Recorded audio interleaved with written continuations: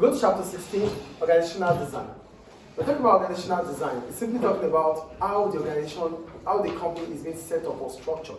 So it means, in this our organization, this is how things are done, based on positions and hierarchy. That is what organizational design is. So yeah, the organizational design applies to the structure of an organization.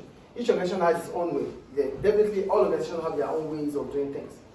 But at the end of it all, whatever the structure is, it must entails the following. One, the role of the workforce and their titles. So which means the roles each individual within the organization must play. And the title given to that individual, business teacher, or economics teacher, or the head of department. These are roles and their title. The route through which decisions are made. So who makes decisions for whom? So there's a boss that makes decisions and others follow. That is what the route is. Who is responsible and who is accountable? Who is responsible is who do you report to? And who takes the blame when it comes to your actions or inaction? That is responsible and accountable. Do you get the point there? The relationship between positions within the organization. So how there's interdependence between organizations. Let us stop that already. Stop. There's interdependence between organizations. So there's finance department, there's human resources department, there's production department. How do they relate with each other? So that means each department needs one another. That is the relationship they have. Do you get that?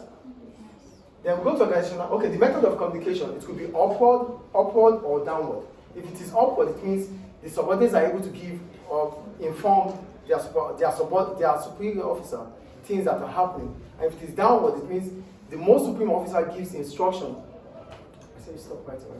The most supreme officer gives instruction to the subordinates. The organizational chart. Why do we call it an organizational chart?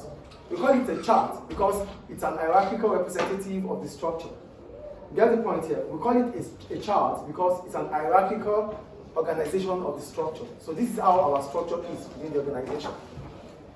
So here it is the representation of the hierarchical structure of an organization. So it involves almost the same as this. How the business is split into different departments. Because it's an organization, there's always going to be different departments. We have the finance, the human resources, the logistics, the general service, and the rest. These are all departments. Two, how the business is, the roles of employees and their job titles, just the same as this. Each employee will have its own role and the title given to him or her. Who has responsibility? I talked about that. Who takes charge of what we do? And who is accountable? So as soon as this is done, who do we put the blame on if things goes wrong or goes right? Who do we appreciate or applaud if things goes right? And who do we blame if things goes wrong? Then communication channel. How do we communicate with each other? The method of passing information across within the organization. Then the last one, the relationship between different positions, which we talked about. The finance manager, what relationship does he have or does she have with the human resources manager? That's about that. Then this is a typical organizational chart. We have the chairperson, which is the owner of the business mostly. Then we have the managing director, who takes charge of day-to-day running of the business.